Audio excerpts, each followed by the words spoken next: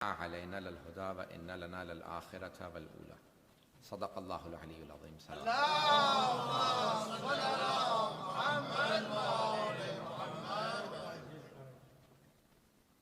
سب سے پہلے تمام حضار محفل کو ولادت با سعادت حضرت امام حسن عسکری علیہ الصلوۃ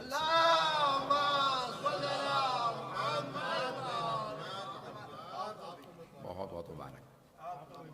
خیر مبارک. میں نے قرآن کریم کی ان دو مختصر سی آیات کا انتخاب کیا اور آپ کے سامنے ایک تلخیص پیش کرنا چاہتا ہوں پورے دین کہ انبیاء علیہ السلام کی زحمتیں کیا رہیں اور پھر ائمہ معصومین علیہ السلام کی زحمتیں کیا رہیں.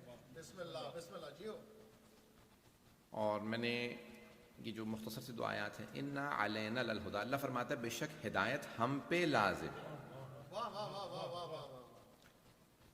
یہ جب کہا جاتا ہے کہ علا کا جب لفظ آتا ہے تو یعنی یہ لازم لزوم کے لیے آتا ہے، مجھ پہ ضروری. تو اللہ فرماتا ہے انا علینا للہدی، بے شک ہدایت ہم پہ لازم. وَإِنَّ لَنَا لَلْآخِرَةَ وَالْأُولَى، چاہے یہ دنیا ہو چاہے آخرت ہو، دونوں ہماری ہی ہیں. اگر کسی کی دنیا بنتی ہے تو خدا کے لیے بنتی ہے، اس کی وجہ سے بنتی ہے، اور اگر آخرت کسی کو ملتی ہے تو اللہ کی وجہ سے ملتی ہے. کوئی بھی آدمی اپنی دنیا خود نہیں بنا سکتا، نہ آخرت بنا سکتا ہے. کچھ کو دنیا ملتی ہے، کچھ کو آخرت، کچھ کو دونوں نہیں ملتی، کچھ کو دونوں مل جاتی. اچھا، فیصلہ بہت سے افراد ہیں وہ صرف چند دیر کی مدت کو دیکھ کے فیصلہ کرتے ہیں، اور ہم بہت بعض کا جو ہیں وہ شارٹ سائٹڈ ہوتے ہیں، بہت کوتاہ نظر ہوتے ہیں، دراز مدت کو دیکھ نہیں پاتے. کہتے ہیں بھئی ائمہ علیہ السلام انبیاء تو سختیوں میں رہے، دشواریوں میں رہے، لیکن اگر دیکھا جائے تو آج جتنی عزت، جتنا نام، جتنی مقبولیت اللہ والوں کی ہے وہ ان کے دشمنوں کی نہیں ہے. بات واضح ہو رہی ہے نا؟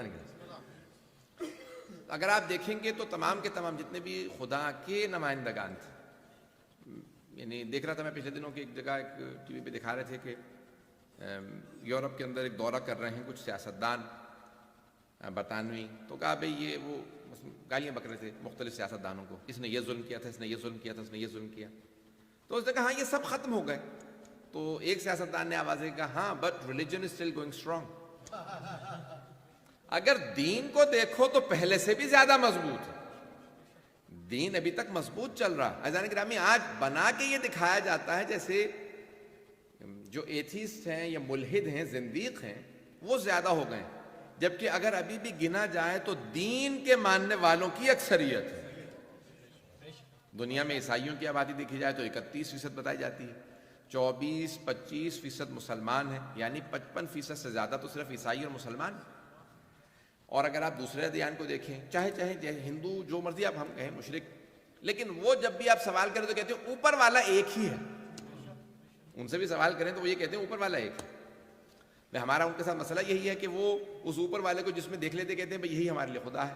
آگ میں نظر آئے تو آگ خدا، سانپ میں نظر آئے تو سانپ خدا، ہاتھی میں نظر آئے تو ہاتھی خدا، بندر میں نظر آئے تو بندر خدا، باپ میں نظر آئے تو باپ خدا، ماں میں نظر آئے تو ماں خدا، شوہر میں نظر آئے تو پتہ نہیں بات پہنچ رہی ہے نہیں. ہمارا بھی یہی مسئلہ ہے، اوروں میں خدا کو تلاش نہ کرو، خدا کو خدا میں تلاش کرو. تو جانے گرامی، یہ کوئی بھی دلیل تو ہو سکتا ہے وجود خدا پہ، خدا نہیں ہو سکتا. بات پہنچ رہی ہے؟ ہمیں رسول خدا خدا تک تو پہنچاتے ہیں، علی مرتضیٰ خدا تک تو پہنچاتے ہیں، لیکن یہ خدا نہیں. خدا تک پہنچانے والے ہیں، خدا کی دلیل ہیں، خدا نہیں. بات پہنچ رہی ہے جانے گرامی؟ اب یہ ہم پورا دیکھیں، مشرکین کو، کفار مکہ کو، مشرکین مکہ کو رسول خدا کے خدا سے مسئلہ نہیں تھا. جہاں اتنے انہوں نے بتوں کو مان رکھا تھا وہاں پہ ایک اور خدا سے.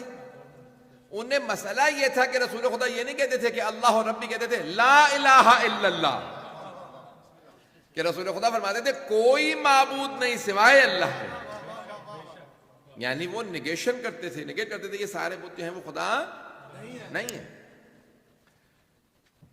بات کہہ کے آگے بڑھوں گا۔ محمد وآل محمد صلوات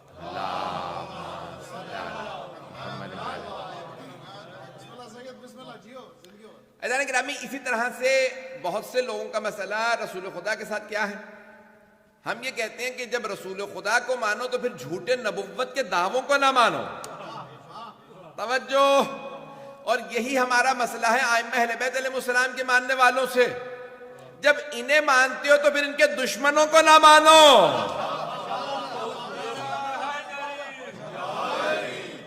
یہ نہیں ہو سکتا کہ آپ کہیں نہیں ہم بھی اہل بیت کو مانتے ہیں لیکن ان کے سارے دشمنوں کو بھی مانتے ہیں۔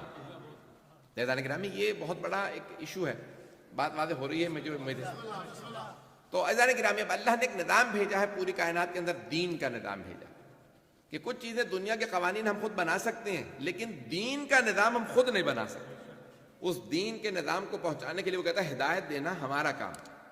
کچھ چیزیں اس نے ہمارے سسٹم میں دے دی ہیں، آپ کو اچھائی برائی سمجھ میں آ جاتی ہے، سچ اچھا ہے، جھوٹ برا ہے، عدل اچھا ہے، ظلم برا ہے، لیکن کچھ چیزیں سمجھنے کے لیے اللہ کو انبیاء بھیجنے کی ضرورت ہے۔ پتہ نہیں میں بات پہنچا پا رہا ہوں؟ تو کچھ چیزیں تو ہم سمجھ لیتے ہیں خود سے، ہمارے سسٹم سے سمجھ میں آ جاتی ہیں، لیکن کچھ چیزیں سمجھنے کے لیے ہمیں دین کی ضرورت ہے۔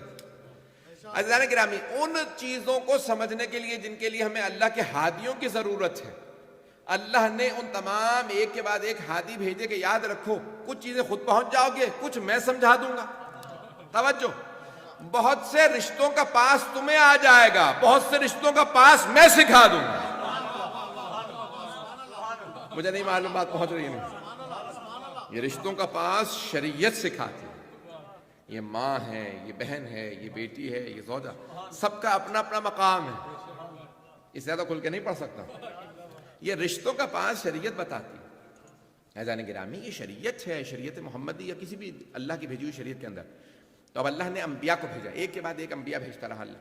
اس کے بعد پھر اللہ نے ائمہ علیہ السلام کو بھیجا۔ میں بہت تیزی سے چل رہا ہوں۔ تو اللہ نے سارے انبیاء کو حضرت آدم سے خاتم تک بھیجا، سارے انبیاء دین اسلام ہی لائے،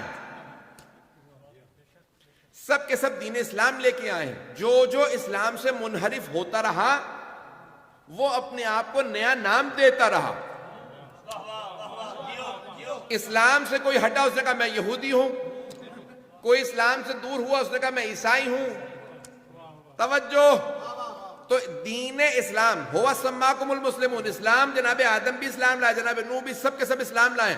تو رسول خدا نے اسلام کے علاوہ اگر کبھی کوئی لفظ استعمال کیا ہے تو وہ شیعہ لفظ استعمال کیا ہے۔ حدیث میں اور کوئی لفظ نہیں آیا۔ پتہ نہیں بات پہنچ رہی ہے نہیں پہنچ رہی، برا نہ لگے کسی کو۔ کسی اور فرقے کا نام ہم کو نہ قرآن میں ملے گا نہ حدیث میں ملے گا۔ شیعہ بھی فرقہ نہیں ہے، اسلام خالص کے پیروکاروں کا نام شیعہ، خالص اسلام کے ماننے والے، اسلام محمدی کے ماننے والوں کا، کیونکہ اسلام محمدی ہی کے اندر سب سے اولویت علی ابن ابی طالب ہے۔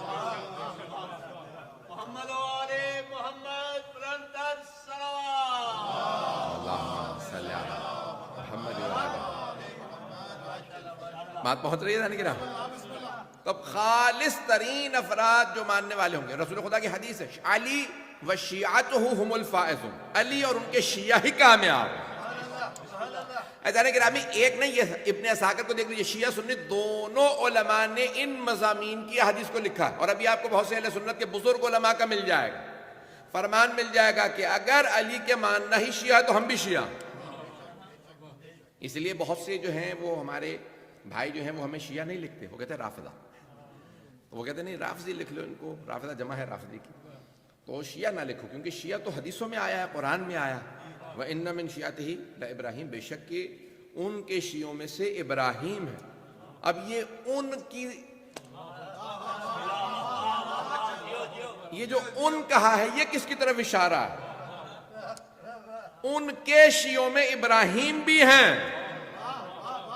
ان کے شیعوں میں وہ ان من شیعتہ ایک کی طرف اشارہ، بہت گھبرا کے مجمع سن رہا، ایک کی طرف اشارہ ہے. بہت سے لوگ کہتے ہیں نہیں یہ حضرت نوح کی طرف اشارہ. عزیزان گرامی احادیث اہل بیت اٹھا کے دیکھیے، ان سے سوال کیجئے، معصومین بتائیں گے. جو قرآن کے ہم پلہ، جو قرآن کے وارث، وہ سمجھائیں گے قرآن کس کی طرف اشارہ کر رہا. عادل حسن قمی کی تقریر موجود ہے، میرے پاس بھی کلپ موجود ہے. وہ کہتے ہیں کہ انبیاء علیہ السلام نے علی کا شیعہ ہونے میں فخر محسوس کیا.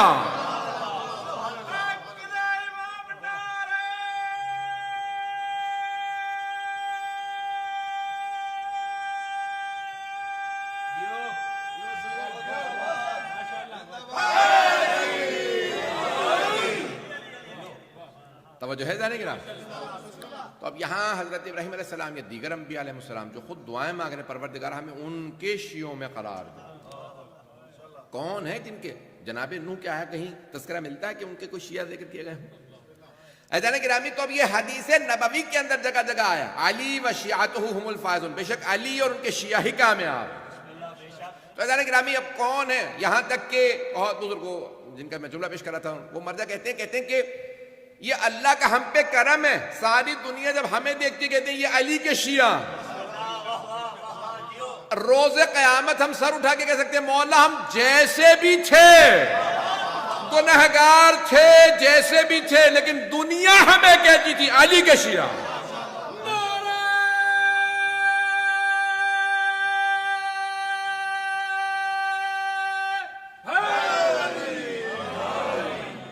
توجہ فرما رہے ہیں جانے گا. اب ہم جیسے بھی ہوں مولا ہم آپ کے ہیں. تو اب یہ سارا جو نظام ہے جس کو میں پیش کرنا چاہ رہا ہوں کہ آج میں جس امام تک لے جانا چاہ رہا ہوں گفتگو کو، تفصیل میں نہیں جا سکتا. تو اب یہ سرور کائنات نے نہیں اعلان کیا اسلام کا، ان سے پہلے بھی اسلام ہی کا اعلان ہوتا تھا. تھوڑا سا میں اس کی مجھے وضاحت کرنی پڑے گی شاید. تو عزیزان گرامی یہ جو دین کی بنیاد ہے، یہ جو دین کی عمارت ہے، یہ جو بلڈنگ ہے، اس کی بنیاد رکھی، فاؤنڈیشن رکھی حضرت آدم نے. اور کیونکہ فاؤنڈیشن جناب آدم نے رکھی ہے، بنیاد رکھی ہے، اور فاؤنڈیشن نظر نہیں آتی، اس لیے ان کا اولو العزم پیغمبروں میں نام نہیں. اللہ نے 5 اولو العزم پیغمبر قرآن میں گنوائے ہیں، ان کا نام نہیں کیونکہ انہوں نے بنیاد رکھی. توجہ ہو. دیواریں میں اپنے انداز سے پیش کر رہا ہوں. دیواریں جناب نوح نے بنائی، چھت جناب ابراہیم نے ڈالی، دروازے جناب موسیٰ نے بنائے، کھڑکیاں جناب عیسیٰ نے لگائیں. دین کی عمارت اتنی قیمتی ہے، انبیاء نے معماری کی ہے. اب آئی سرور کائنات کی باری، تو انہوں نے ایک مرتبہ ساری عمارت کو دیکھا، کہا بھئی یہاں دروازے کی ضرورت نہیں ہے، نکال دو. توجہ ہو. اس جگہ دروازہ لگا دو. تو کچھ رد و بدل کی، اور رد و بدل کرنے کے بعد کہا اب تختی لگا دو، الیوم اکملت لکم دینکم، آج میں نے تمہارے دین کو تمہارے لیے مکمل کر دیا. وَأَتْمَمْتُ عَلَيْكُمْ نِعْمَتِي وَرَضِيتُ لَكُمُ الْإِسْلَامَ دِينًا. اور کہاں بھی آیت آئی جہاں غدیر میں اعلان ولایت ہو. اس کے بعد رسول خدا نے کہا ایک اور تختی لگا دو. یہ تو قرآن کی آیت تھی، میری حدیث بھی لگا دو. حرام محمد حرام الی یوم القیامہ وحلالہ حلال الی یوم القیامہ. محمد صلی اللہ علیہ وسلم کا حرام قیامت تک کے لیے حرام، اور ان کا حلال قیامت تک کے لیے حلال ہے. اب اگر کوئی یزید آئے اور کسی حرام کو حلال بنانا چاہے تو رسول خدا نے اس دین کی عمارت پہ 12 محافظ بٹھا دیے ہیں.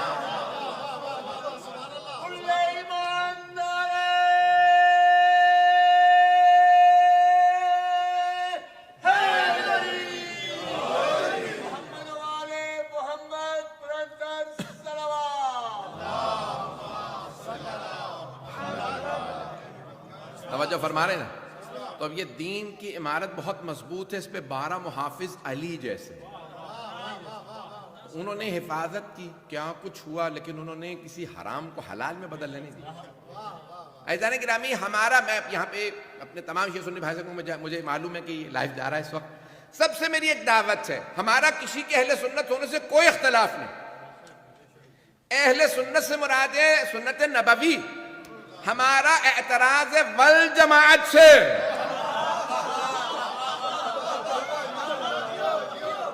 جب آپ کہتے ہیں جماعت صحابہ، کیونکہ رسول خدا کے بعد صحابہ بدل سکتے ہیں. ہم کہتے ہیں ہمارے امام معصوم ہیں. جب 12 معصوم امام محمد مصطفیٰ کے حرام کو حلال نہیں بنا سکتے یا حلال کو حرام نہیں بنا سکتے تو صحابہ گنہگار کیسے بدل سکتے ہیں؟ جو معصوم ہی نہیں ہے وہ کیسے کہہ سکتے ہیں؟ رسول خدا نے کہا تھا حرام، میں کہتا ہوں حلال. انہوں نے کہا تھا حلال، میں کہتا ہوں حرام. عزیزان گرامی، آج لیجسلیشن، یہ بہت سے سوال کرتے ہیں نوجوان ہم سے، مسلسل سوالات آ رہے ہیں کہ بھئی نہیں آپ کے ہم پاکستان کے اندر بہت بڑا ایشو بنا رکھا ہے اس وقت کہ یہ متع جو ہے وہ حرام ہے اور یہ زنا، معاذ اللہ، استغفر اللہ العظیم. بھئی آپ نے کبھی، آپ کو پتہ بھی ہے کہ یہ متع خود رسول خدا کے زمانے میں جائز تھا؟ اختلاف اس پہ نہیں ہے کہ یہ جائز تھا، اختلاف اس پہ ہے کہ ناجائز قرار دینے والے صحیح بھی تھے جب وہ ناجائز قرار دے رہے تھے. پتہ نہیں لوگوں بھئی جس نے کہا تھا میں حرام قرار دے رہا ہوں، متعتان کانتا علی عہد رسول اللہ احرمہما واعاقب علیہما، دو چیزیں رسول خدا کے زمانے میں جائز تھی، میں حرام قرار دے رہا ہوں اور جسے دیکھوں گا کل انجام دیتا ہوا اسے سزا بھی دوں گا. میں نے نہیں کہا، میں جس نے بھی کہا تھا، بحث یہ ہے کہ انہیں حق تھا یا نہیں تھا. عزیزان گرامی، مسئلہ یہ ہے کہ ہمارا عقیدہ یہ ہے کہ والجماعت نہ کہو. پتہ نہیں بات پہنچی ہے نہیں؟ ہمیں اہل سنت پہ کوئی اعتراض ہے، سنت نبوی پہ اعتراض کرنے والا مسلمان ہی نہیں، لیکن والجماعت کا جب ہمیں دھونس دو گے کہ نہیں وہ حرام قرار دے سکتے ہیں، جب ہمارے 12 امام یہ کہتے ہیں کہ ہم معصوم ہیں لیکن رسول خدا نے یہ فرمایا، میں اس کے برخلاف نہیں پیش کرتا، جو کہہ رہا ہوں وہ رسول خدا ہی نے فرمایا تھا. محمد والے محمد برانتر صلوات.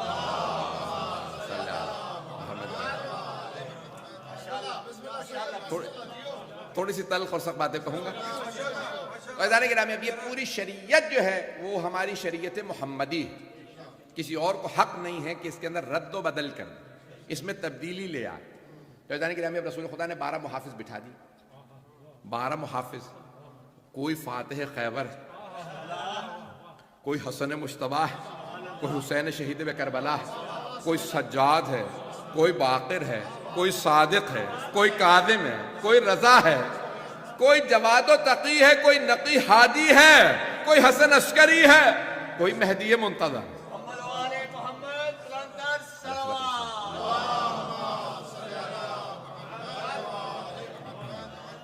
معذرت، یہ چائے پیتا رہوں تو معذرت آپ کو بتا دیں، تو یہ انہوں نے عادت بنا دی میری، میں اللہ بالکل کوشش کرتا ہوں صرف پانی پیوں، اب یہ چائے بنا کے دے دیتے ہیں، اب یہ عادت پڑ گئی.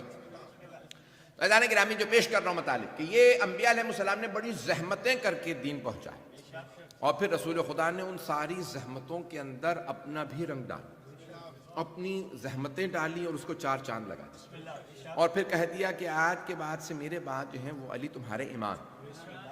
بتا دیا، کہہ دیا، پھر بھی میجورٹی نے نہیں مانا. آج مسئلہ یہی ہے. ہمارا اختلاف کیا؟ آج مسلمانوں میں اختلاف یہ نہیں ہے کہ اعلان علی ہوا تھا غدیر میں یا نہیں ہوا تھا، وہ کہتے ہیں اس اعلان کا مفہوم کیا تھا، آیا یہ امامت و خلافت کا اعلان تھا یا دوستی کا اعلان تھا. اختلاف اس پہ ہے. پتہ نہیں بات پہنچ رہی ہے نہیں پہنچ. اعلان غدیر پہ اختلاف نہیں ہے. 590 سے زیادہ مرحوم صاحب بقات نے روایات نقل کی ہیں بھائیوں سے کہ بھئی آپ سب نے اعلان غدیر لکھا ہے، آپ کے تمام علماء نے لکھا. تو عزیزان گرامی، اختلاف یہ ہے کہ آیا غدیر دوستی کا اعلان تھا یا ولایت یعنی امامت یعنی خلافت یعنی مولا ہونے کا اعلان. اب یہ بات پہنچ رہی ہے نا میری بھائیوں تک؟ میری باتیں بری تو نہیں لگ رہی؟ میں اسی طرح سے چلوں گا جہاں تک لے جانا چاہوں. تو عزیزان گرامی، اب مسئلہ یہ ہے کہ آیا یہ غدیر کا اعلان دوستی کا اعلان ہو سکتا ہے کہ جہاں رسول خدا کہیں جو آگے چلے گئے ان سے کو واپس آ جائیں، جو پیچھے رہ گئے ان سے غدیر میں آ جائیں، جو دائیں چلے گئے واپس آئیں، جو بائیں گئے واپس آئیں، پالانوں کا ممبر بنایا جائے اور اعلان کے بعد کہا جائے کہ 3 دن تک سب سے بیعت لو، کھلانے پلانے کا خرچہ میرا. بھائی دوستوں کی بیعت نہیں کروائی جاتی, مولا کی بیعت کروائی جاتی, اولا بے تصرف کی بیعت کرائی جاتی. فیضان گرامی یہ غدیر میں بیعت لینا بتا تفصیل میں نہیں جا سکتا, تو اب رسول خدا نے اعلان غدیر کی بہت تفصیل ہے اس میں, وہاں اعلان کیا, اس کے بعد پھر جناب امام حسن مجتبیٰ کا نام لیا, امام حسین کا نام لیا. ان سب نے کنٹریبیوشن کیا کیا جو میں پیش کرنا چاہ رہا تھا, کہ اب جناب امیر نے دیکھا کہ اختلافات ہو گئے. اختلاف کس میں ہوا؟ کچھ صحابہ کا نہیں, کچھ صحابہ کا اہل بیت سے اختلاف ہو گیا. کس پہ؟ سکسیشن پہ, وصایت پہ, رسول خدا کی جانشینی پہ, خلافت پہ, امامت پہ, ولایت پہ, جو بھی کہہ لیجیے بات. تو اختلاف ہو گیا. اختلاف کیا ہوا؟ اہل بیت علیہ السلام نے کہا حق ہمارا, اور ان کے پیشوا کون تھے؟ مولا کائنات, انہوں نے کہا حق میرا. کچھ لوگوں نے کہا کہ نہیں, ہم لوگ قبضہ کر چکے ہیں, حق ہمارا. وہاں پہ اختلاف ہوا, اور اس اختلاف کے نتیجے میں کیا ہوا کہ باقی صحابہ کو فیصلہ کرنا تھا ہم کس طرف. بات واضح ہو رہی؟ انہیں فیصلہ یہ کرنا تھا کہ ہم نے اہل بیت کا ساتھ دینا ہے یا ہم نے ان صحابہ کا ساتھ دینا. تو کچھ صحابہ کے ساتھ کھڑے ہو گئے اور کچھ اہل بیت کے ساتھ. عزیزان گرامی, اب یہ آج تک اختلاف چلا آ رہا. جو صحابہ کے ساتھ کھڑے رہے وہ والجماعت کہلاتے ہیں, اور جو اہل بیت کے ساتھ کھڑے ہوئے وہ شیعہ کہلاتے ہیں.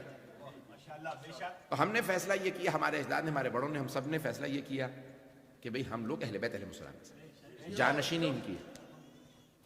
اچھا, اب ہمیں بہت سے لوگ دھونس یہ دیتے ہیں, کہتے ہیں کہ نہیں بھئی تم لوگ ایران سے آئے ہو, ایران میں بادشاہت تھی, تو اسی لیے تم لوگ کہتے ہو کہ بھئی رسول خدا کے بھائی کو, پھر ان کے بعد بیٹوں کو, بیٹوں کے بعد بیٹے, بیٹے بیٹے کو ملتے رہے. تو تمہارے ہاں یہ بیٹوں والا نظام چل رہا ہے. اچھا, تو کیا بنو امیہ بنو عباس میں کوئی اور نظام چل رہا تھا؟ مجمع نہیں میرے ساتھ. بھائی پہلے 3 خلفاء کو چھوڑ دیجئے, باقی جو نظام چلا ہے تو آپ نے کوئی ڈیفرنٹ نظام دیا تو پھر ہمیں بتا. نہیں ہے لوگ, کیا بنو امیہ میں کوئی اور نظام چلا تھا؟ بنی عباس میں کوئی اور نظام چلا تھا؟ خلافت عثمانیہ کسی اور چیز کا نام تھا؟ یا جتنی بھی خلافتیں آتی رہیں وہ کسی اور چیز کا نام تھا؟ جاننے کے نامی, یہ تو سارا کا سارا نظام. انبیاء علیہ السلام کا بھی اللہ نے ایک کے بعد, جناب آدم کے بعد ان کے بیٹے شیس کو بنایا, جناب نوح کے بعد ان کے بیٹے سام کو بنایا, جناب ابراہیم کے بعد ان کے بیٹے اسماعیل و اسحاق کو بنایا, جناب اسحاق کے بعد ان کے بیٹے یعقوب کو بنایا, جناب یعقوب کے بعد ان کے بیٹے یوسف کو بنایا, جناب زکریا کے بعد ان کے بیٹے یحییٰ کو بنایا, جناب داؤد کے بعد ان کے بیٹے سلیمان کو بنایا. اور اللہ نے صرف اتنا ہی نہیں بلکہ قرآن میں کہہ دیا والاسباط. اسباط, الاسباط یہ قرآن میں الف سین بے الف توئے جمع ہے سبت, سین بے توئے سبت, سبت کی جمع ہے اسباط, تسنیہ ہے سبتین. مجمع نہیں ہے ابھی میرے ساتھ. بھئی اسباط اللہ نے قرآن میں کہا والاسباط. اللہ نے جب انبیاء کے نام لیے تو کہا کہ اور میں نے ان کے بیٹوں کو اسباط, صحابہ کو نہیں. اسباط, سبت, سبتین, اسباط, الف سین بے الف توئے. توجہ, اسباط. سبت نبی کے اس بیٹے کو کہا جاتا ہے جو اس کی نبوت کے وارث ہو. نبی کے اس بیٹے کو کہا جاتا ہے جو اس کی نبوت کا وارث ہو. تو پتہ چلا بیٹا ہی نبوت کا وارث ہوتا ہے, ہمسایہ نہیں, یار نہیں, صحابی نہیں. بات واضح ہو رہی ہے؟ کتنا کھل کے پیش کر سکتا ہوں. عزیزان گرامی, قرآن کریم ہے, اس کو سمجھنے کے لیے آل محمد کی ضرورت ہے. تو یہاں قیاس آرائیہ نہیں ہو سکتی کہ انسان کہے میں چلیں یہ استدلال کر لوں. 2 سال پہلے ایک صاحب ہمارے برادر چکوال کے, وہ میرے پاس لے کے آئے, یعنی وہ بیچارے مومن تھے, ان کا میری کسی سے بحث ہوئی, انہوں نے اپنے عالم کے پاس لے گئے, انہوں نے آیتیں پڑھی, مولانا صاحب نے, مجھے آیتیں نہیں آ رہی تھی, میں آپ کے پاس لے کے آ رہا ہوں. تو پہلے مجھے وہ کہنے لگے چلیں وہاں پہ, پھر بہرحال آخر میں میرے پاس لے. جب لائے تو وہ مولانا صاحب کے ذہن میں تھا کہ میں حافظ قرآن ہوں, تراویح پڑھاتا ہوں, یہ ان شیعوں کو قرآن کہاں آتا ہے, شیعوں کو کیا پتا قرآن کیا ہوتا ہے, یہ تو تحریف قائل ہیں, یہ تو نہ قرآن میں وہ چاہے وہ ایک ام المومنین کی بکری 10 پارے کھا گئی تھی, اور شیعہ جو ہے وہ تحریف کے قائل ہیں. بھائی 10 پارے کھا گئی ایک ام المومنین کی بکری, اور شیعوں کا قرآن الگ ہو گیا. پتہ نہیں لوگ ہیں یا نہیں. تو ہمارا کیا تعلق ان کی بکری سے؟ پتہ نہیں توجہ ہے یا نہیں. تو اب وہ میرے پاس آیا, وہ جو آیت پڑھیں کہنے, میں نے کہا بھئی آپ بحث کرنے آئے ہیں, آپ پیش کیجئے اپنا مدعا کیا ہے. تو میں نے کہا جو آپ مدعا پیش کرنا چاہتے ہیں اپنا پیش کیجئے, قرآن سے ثابت کیجئے, کسی بھی خلافت کو ثابت کرنا چاہیں. حدیث تو بعد میں آئے گی, پہلے قرآن سے ثابت کریں. وہ جو آیت پڑھیں میں اسی آیت سے نکال کے حضرت علی کی امامت ثابت کر دوں. اچھا 2-3 آیات انہوں نے پیش کی, پھر سر پٹانے لگے, کہنے لگے یہ تو آپ الٹ کام کر رہے ہیں. آیت میں پڑھتا ہوں, استدلال آپ کر کے کہیں اور لے جاتے ہیں. میں نے کہا آپ غلط ثابت کر دیجئے, میں وہ مان لوں گا جو آپ پیش کریں. جب اس کے بعد کہنے لگے اگلی دفعہ ہماری طرف بحث ہوگی, 2-2.5 گھنٹے بحث انہوں نے کی مجھ سے, اس کے بعد چلے گئے. تو اب وہ تمام حضرات کہنے لگے کہ انشاءاللہ مولانا آپ آئیں گے. میں نے کہا میں آ جاؤں گا, اب یہ نہیں آئیں گے. آج 2.5 سال ہونے کو ہیں, وہ ابھی تک بیمار ہی ہیں. جب صحت ہوگی تو آگے بحث چلے گی. عزیزان گرامی, قرآن ہمیں دکھاؤ تو پھر ہم سے پوچھو ہمارا عقیدہ کیا, اپنا نظریہ ہم پہ نہ تھوپو. یہ قرآن کریم.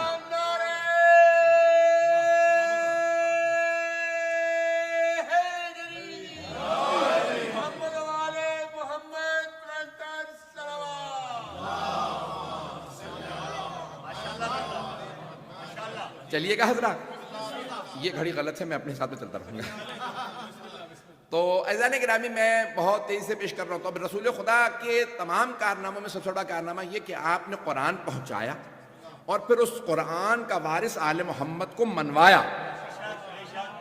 صرف بتایا نہیں, منوایا نہیں ہے حضرات. میں اشارے کر کے آگے بڑھنا چاہتا ہوں, آپ مجھے مجبور کرتے ہیں میں وضاحت کروں.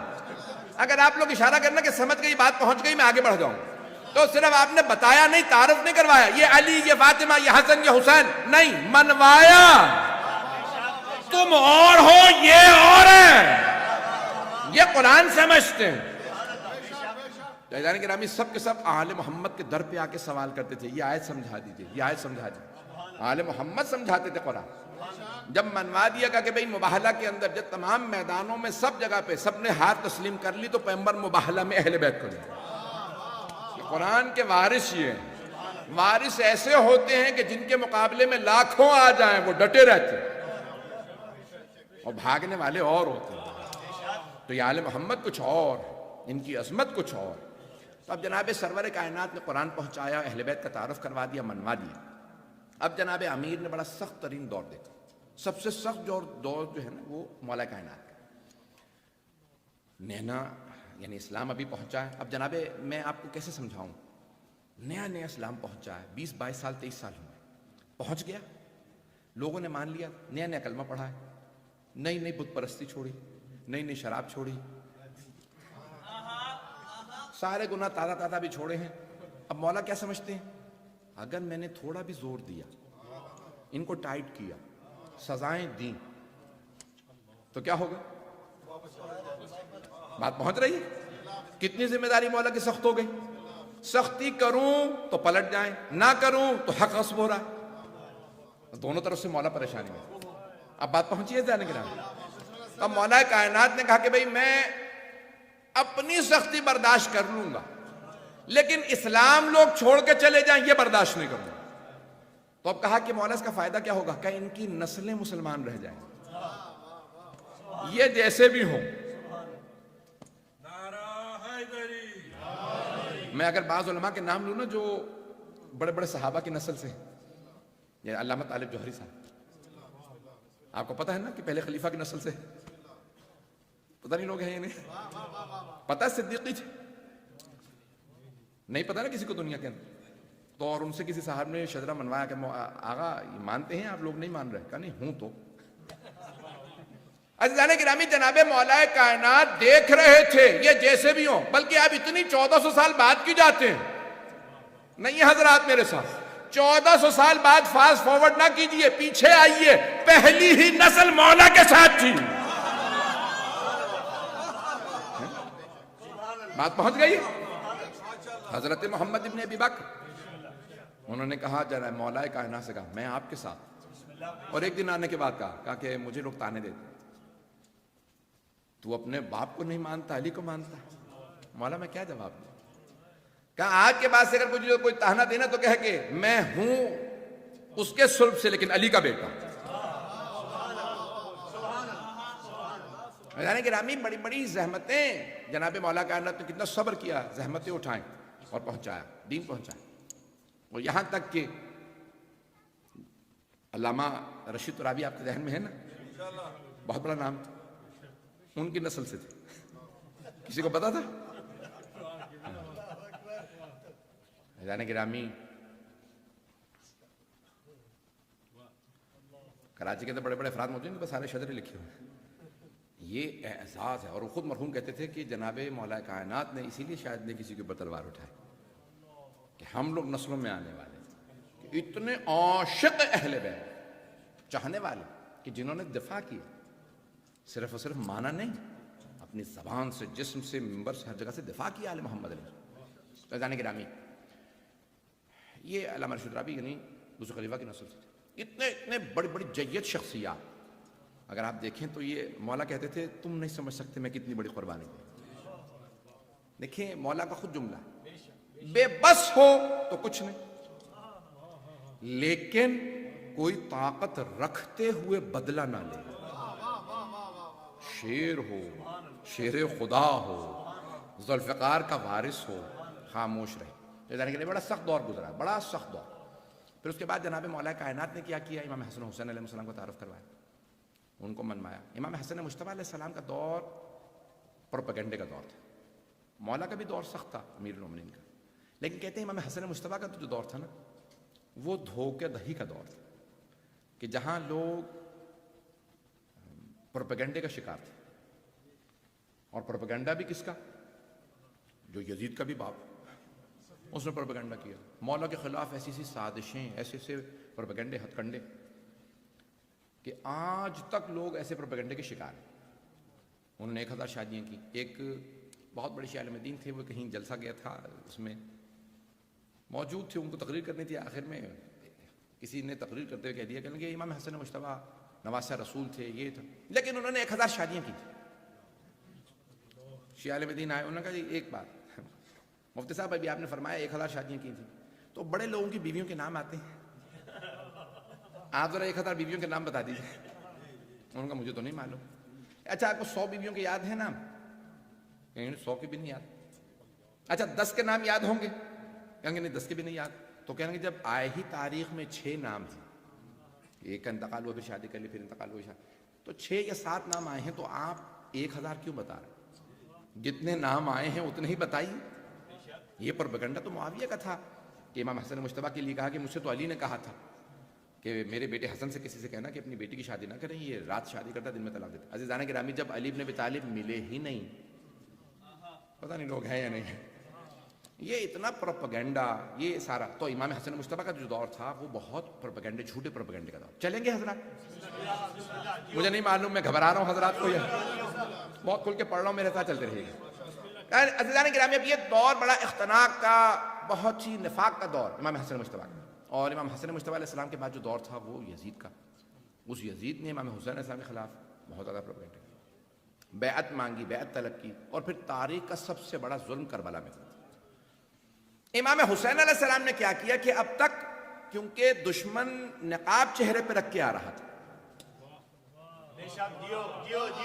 بات واضح ہو گئی, تو امام امیر المؤمنین بھی مجبور تھے کہ میں اگر کھل کے سٹینڈ لے لیتا ہوں تو اسلام ڈوب جائے گا, مسلمان دور ہو جائیں گے, لوگ برگش کر جائیں گے, لوگ پلٹ جائیں گے. امام حسن مجتبیٰ علیہ السلام کی مجبوری تھی کہ لوگ ساتھ دینے کے لیے تیار نہیں. میں جنگ کرتا ہوں تو کون کون ساتھ کھڑا ہوگا؟ امام حسین علیہ السلام کے لیے مسئلہ آسان ہو گیا. یزید نے کہا کھل کے بیعت کیجئے. امام حسین علیہ السلام نے کہا اب کیونکہ تو نے کھل کے بیعت مانگی ہے تو کھل کے اعلان سن لے. بات واضح ہو گئی.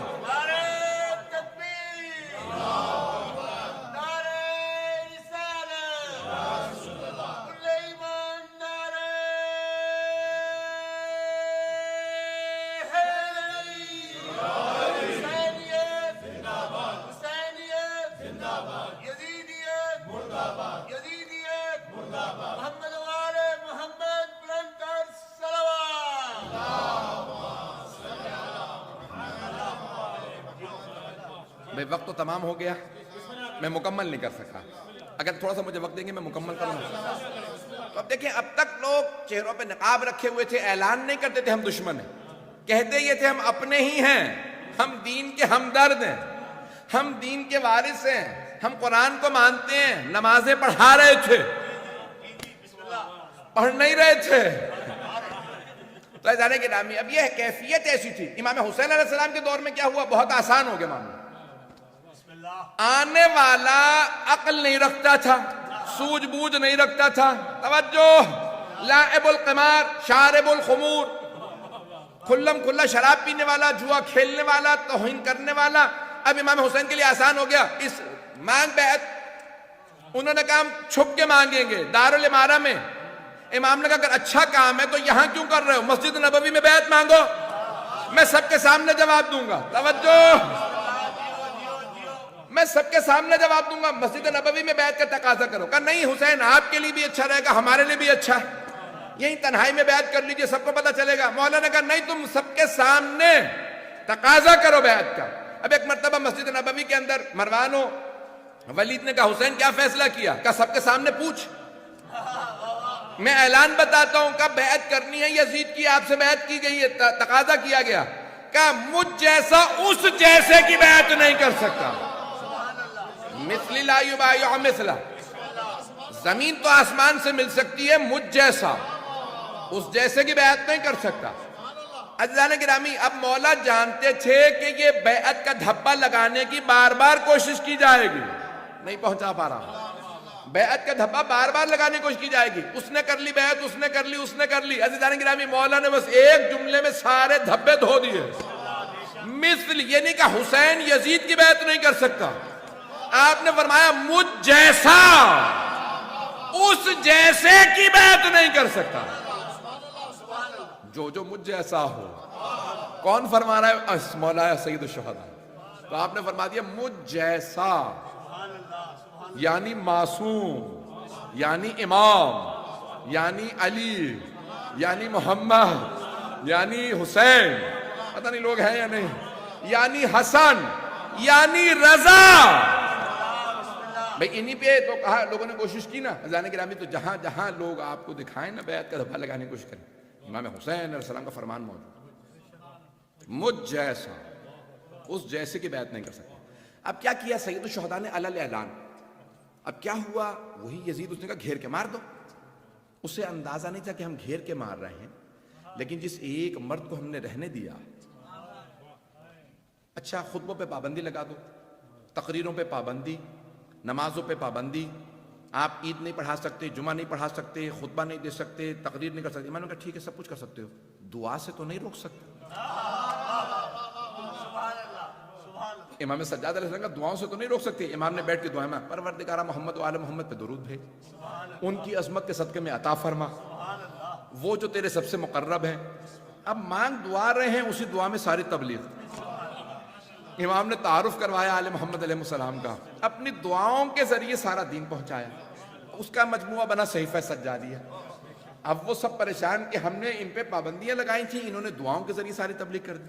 توجہ, اب امام نے جو دعاؤں میں سارے آثار رکھے تھے, پانچویں امام نے باقر العلوم ہوتے ہوئے وہ ساری کی ساری آبیاری کی, انہیں پودے لگا کے درخت بنا دی.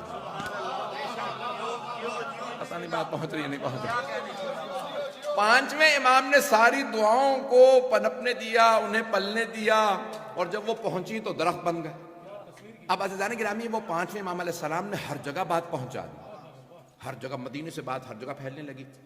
چھٹے امام نے آ کے دیکھا کہ اب یہ پھل پک چکا,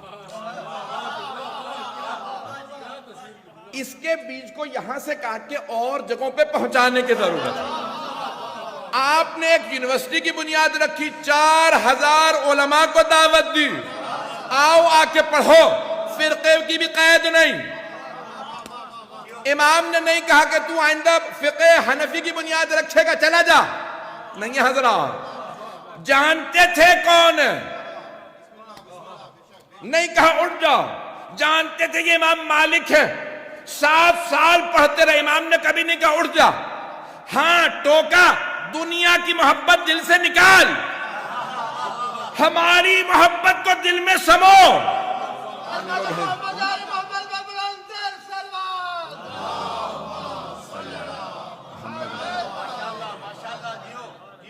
بات پہنچ رہی ہے.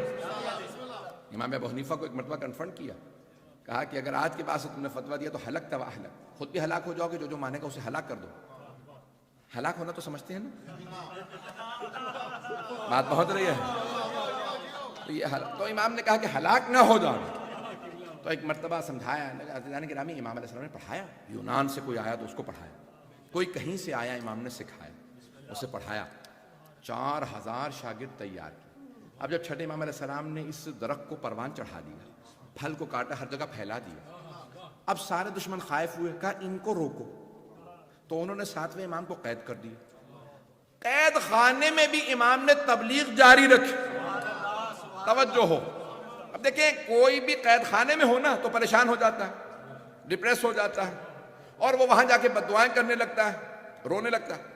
7ویں امام زندان میں کہتے ہیں پروردگارہ تیرا کیسے شکر ادا کروں, میں نے تجھ سے تنہائی مانگی تھی, تو نے ایسی تنہائی دی ہے کہ نہ سوائے تیرے کوئی اور ہے نہ سوائے میرے کوئی اور. جتنے بھی زندان بدلتے تھے وہ دیکھتے تھے کہ جو زندان کا دروغہ ہے وہ سن سن کے انہی کا ہو رہا, جو جاسوس بٹھا رکھے ہیں وہ جاسوسی کم کرتے ہیں, مرید زیادہ بنتے ہیں. پتہ نہیں لوگ ہیں یا نہیں. سپاہی بدلنے لگے, دروغہ بدلنے لگے, بار بار جاسوس بدلے جاتے, دروغے کیوں اتنے دروغہ بدلے گئے. عزیزان گرامی وہ امام علیہ السلام کا پیغام پہنچتا رہا. بغداد کے زندانوں سے ہر جگہ پہ بات عام ہوتی رہی. وہ 7ویں امام پہ پابندیاں بٹھاتے, امام کہتے تم پابندیاں لاؤ, پابندیوں کے توڑنے والے آل محمد. حضرت یوسف علیہ السلام دعائیں مانگ کے زندان گئے, رب السجن احب الی مما, پروردگارہ یہ جو مصر کی خواتین مجھے جس کام کی طرف دعوت دے رہی ہیں اس سے بہتر ہے میں زندان چلا جاؤں. اور اگر کوئی زندان میں ہو اور وہاں پہ بد کرداروں کو با کردار بنا دو, اسے موسیٰ ابن جعفر کہتے ہیں. پتہ نہیں بات پہنچی یا نہیں پہنچی. یہ امام کاظم علیہ السلام کا. بھئی وقت تمام ہو گیا, میں چلنا چاہ رہا ہوں, چل تھوڑی سی دیر. تو اب 7ویں امام علیہ السلام نے اس اختناق کے دور کے اندر لوگوں کی کردار سازی کی. اب 8ویں امام کو ولی عہدی مل گئی. بھئی تضاد ہی بتا رہا ہے ان خلفاء کا. کچھ لوگ پہنچ رہے ہیں, تضاد, کنٹرڈکشن. ایک باپ کہتا ہے زندان میں رکھو, بیٹا کہتا ہے ولی عہد بناؤ. تو باپ صحیح تھا یا بیٹا؟ پتہ نہیں لوگ پہنچ رہے ہیں نہیں پہنچ رہے. ہارون نے زندان میں رکھا,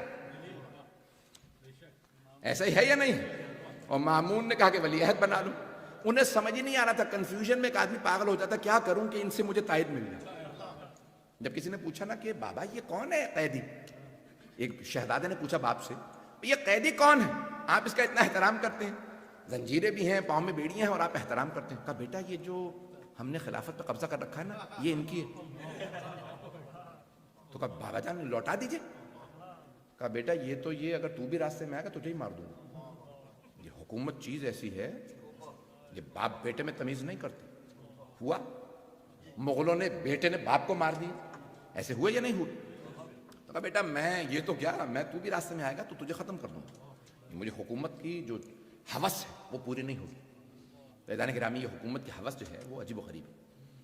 کیا ہوا, اس نے کہا کہ اچھا کس طرح سے تائید لوں, ویسے تو ہم منوانے, زندان میں رکھنے کے بعد ہم نہیں منوا سکے, تو اب کیا کیا جائے, یہ ہمارے ولی عہد ہیں. جب ولی عہد ایسا ہو پھر سوچو میں کیسا ہوں. بات پہنچ رہی ہے, سارا مجمع نہیں ہے.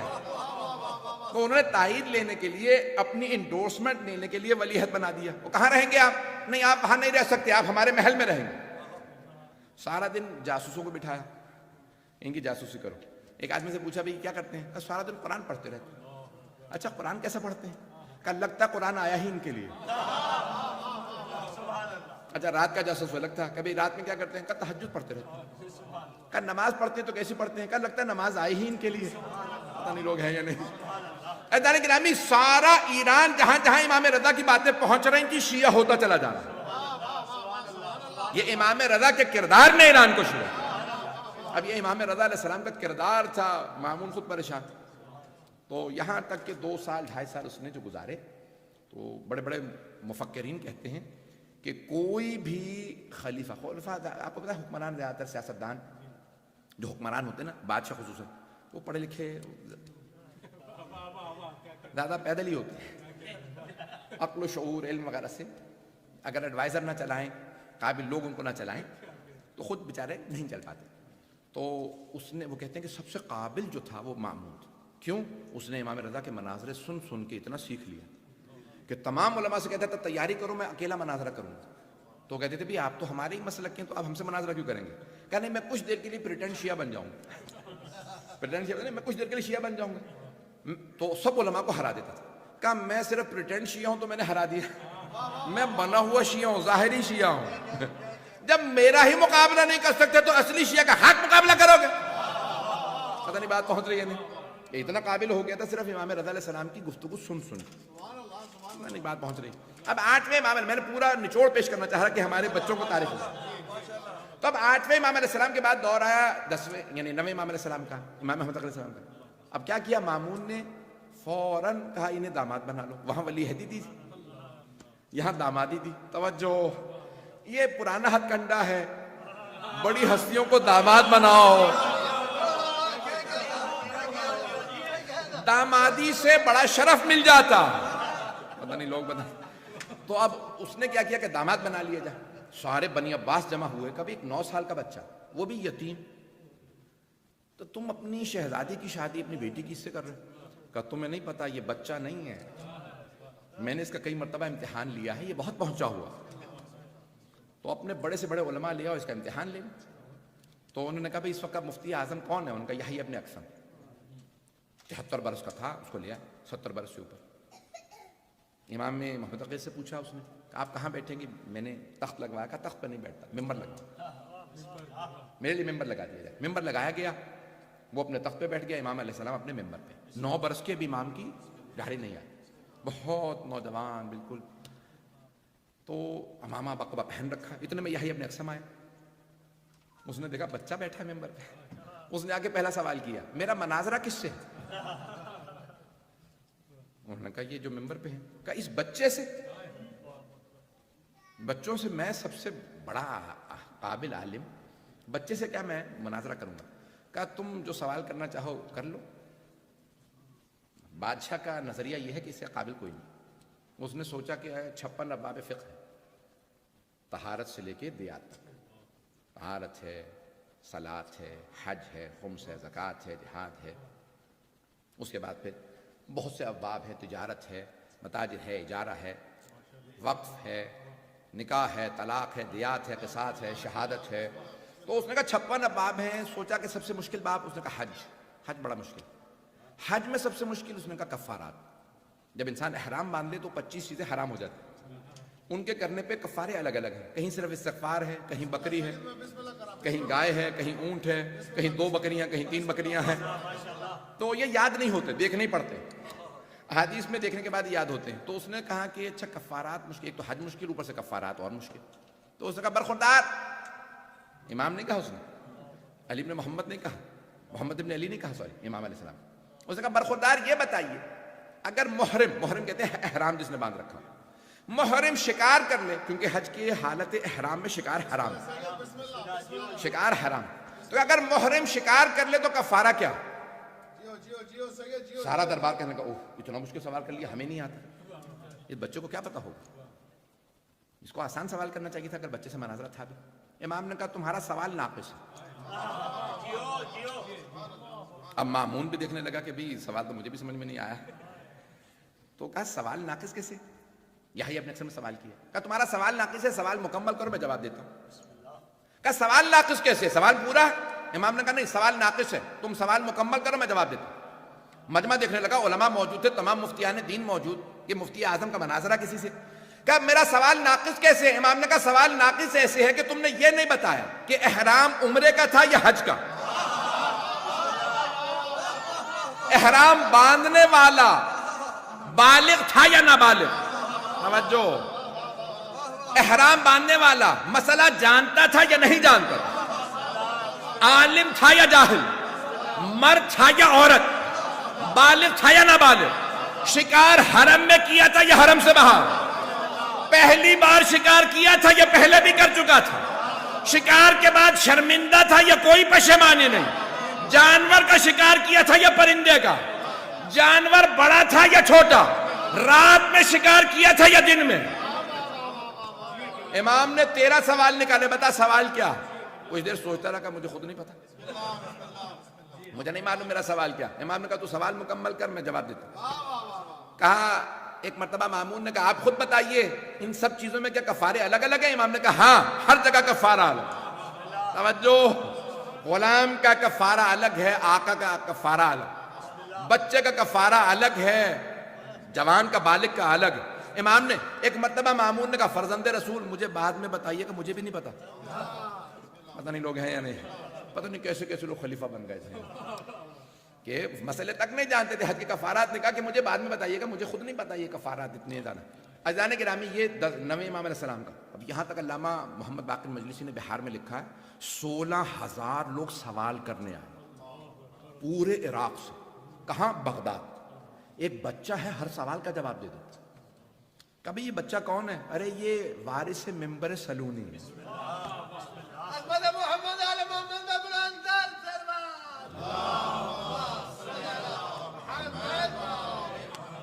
بہت معذرت, میں 1 گھنٹہ بولنا ہی نہیں چاہ رہا تھا. تو پورے بغداد, پورے عراق سے لوگ آنے لگے بغداد. اب سمجھ میں آیا یہ عراق کے اندر شیعہ زیادہ کیسے ہوئے. یہ 9ویں امام کا کنٹریبیوشن. امام جو سوال کرنے آتا ہے امام جواب. 16,000 لوگ, ہر بستی, ہر قریے, ہر شہر سے لوگ آ گئے. ایک بچہ ہے ہر سوال کا جواب دے دیتا, وقت بھی نہیں مانگتا, سوچ کے بتاؤں گا, پوچھ کے بتاؤں گا, پتہ نہیں لوگ ہیں یا نہیں, دیکھ کے بتاؤں گا, مجھے نہیں آتا ہوا تو بیٹی ہی سے پوچھ لوں گا. توجہ ہو.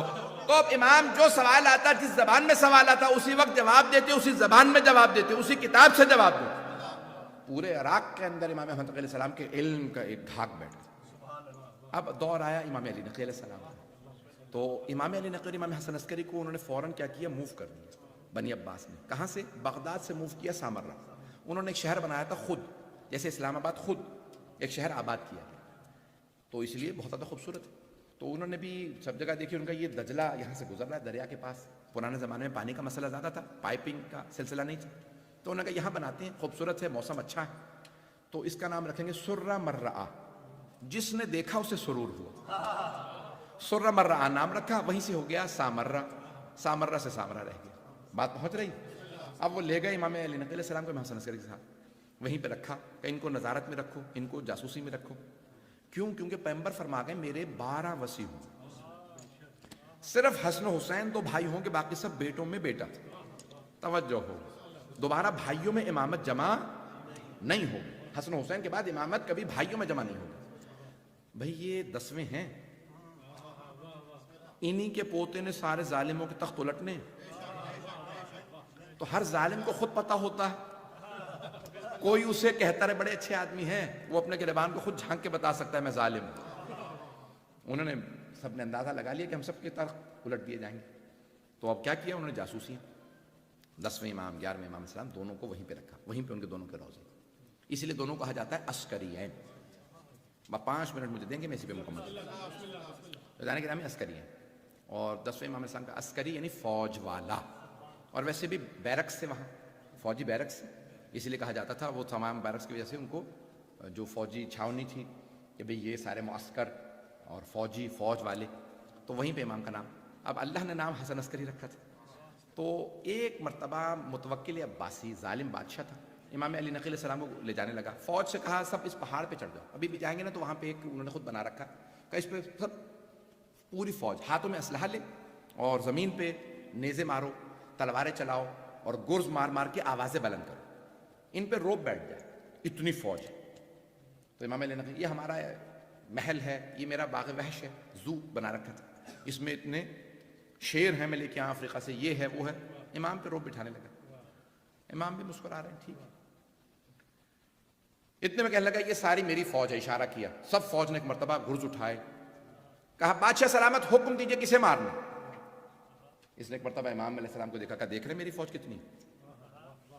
امام علی نقی علیہ السلام نے امام حسن عسکری کی طرف اشارہ کیا, کہا ذرا بیٹا اپنی فوج بھی دکھاؤ اسے. توجہ ہو, اپنی فوج بھی دکھاؤ. اسے کہتے ہیں فوج والا, عسکری یعنی فوج والا. تو امام حسن عسکری علیہ السلام نے ہاتھ سے اشارہ کیا.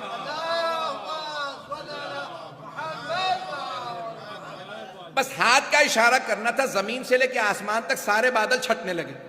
جب بادل چھٹے تو ایک مرتبہ ملائکہ نظر آنے لگے، ایک ایک فرشتہ ساری فوج سے بڑا تھا، جن کے ہاتھوں میں لوہے کے گرسے، جن سے آگ نکل رہی تھی.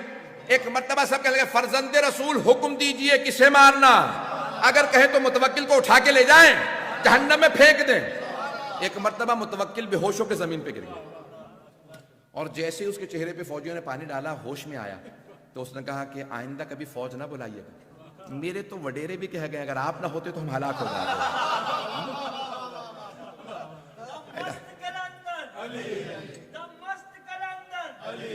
حسنین کا بابا، سیدہ کا شوہر، کعبے کا کعبہ، میری ماں نے سکھایا، گھٹی میں پلایا، لوری میں سنایا، میں نے ورد بنایا، میرے کفن پہ لکھنا، میری قبر پہ لکھنا، تو قبر کے باہر جو کر لے تیری قبر کے اندر. 15 لاکھ نعرے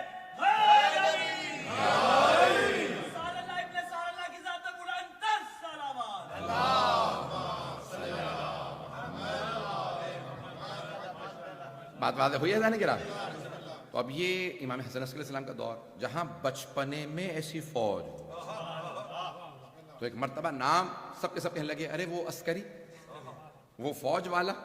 فیضان گرامی یہ امام حسن علیہ السلام کی ہیبت سب پہ بیٹھا. بادشاہ ان کے نام سے خوف زدہ ہونے لگا، ارے وہ بچہ تو اشارہ کرتا ہے تو ملائکہ آ جاتے ہیں، اس کی فوج ایسی ہے جس کا رعب بہت زیادہ ہے.